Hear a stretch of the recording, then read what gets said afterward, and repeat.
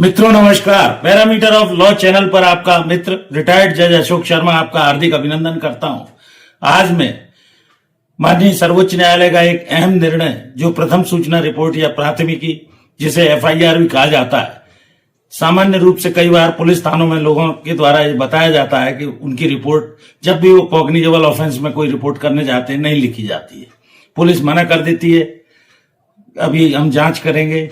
Supreme court ने हाल ही में एक महत्वपूर्ण मामला जो सदीक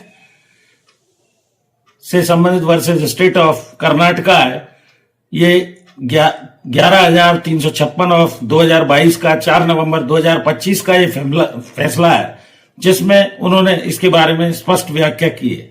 कंसर्न मजिस्ट्रेट के पास आदमी बाद में जाता है, पहले एसपी को शिकायत करनी चाहिए, दोनों के आवेदन लेकर जाए। पर्टिकुलर केस में एफआईआर दर्ज जब भी कराने जाता है एसपी को भी देता है, उसके बाद भी कई बार शिकायत या एफआईआर नहीं लिखी जाती है और ऐसी स्थिति में वो मजिस्ट्रेट के यहां जाता है। तो ऐसी स्थिति में क्या करना होगा?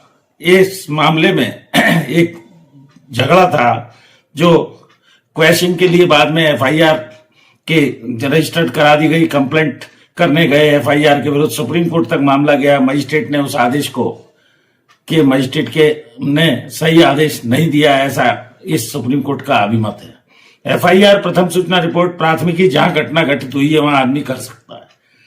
भारतीय नागरिक सुरक्षा संहिता जो नई है 2023 की 1 जुलाई 2024 से लागू है, इसके सेक्शन 173 के तहत यदि रिपोर्ट पुलिस द्वारा दर्ज नहीं की जाती है तो उस व्यक्ति को एसपी के यहां तथा बीएनएसएस की धारा 75 के अंतर्गत थाने में करना चाहिए। उसके बाद दोनों की कॉपी लेकर मजिस्ट्रेट के यहां एफिडेविट देना होगा कि मैं कॉग्निजेबल ऑफेंस की रिपोर्ट लिखाने गया, रिपोर्ट दर्ज नहीं की गई। मजिस्ट्रेट उस पर स्वयं कॉग्निजेंस भी ले सकता है या पुलिस जांच रिपोर्ट के बाद भी कार्रवाई करने के निर्देश दे सकता है।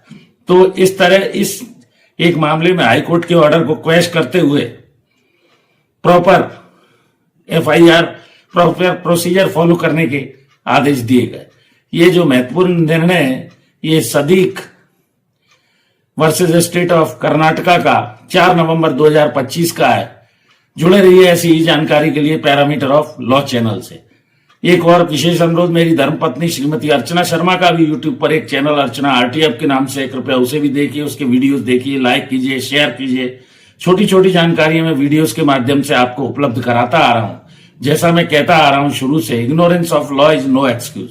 आप यह कहकर नहीं बच सकते कि हम भारत का कानून नहीं जानते हैं। भारत के कानून को जानिए, अपने अधिकारों को जानिए। जुड़े रहिए पैरामीटर ऑफ लॉ चैनल से। इस वीडियो में यहीं तक, फिर मिलते हैं नए विषय के साथ। Thank you for watching this video. नमस्कार।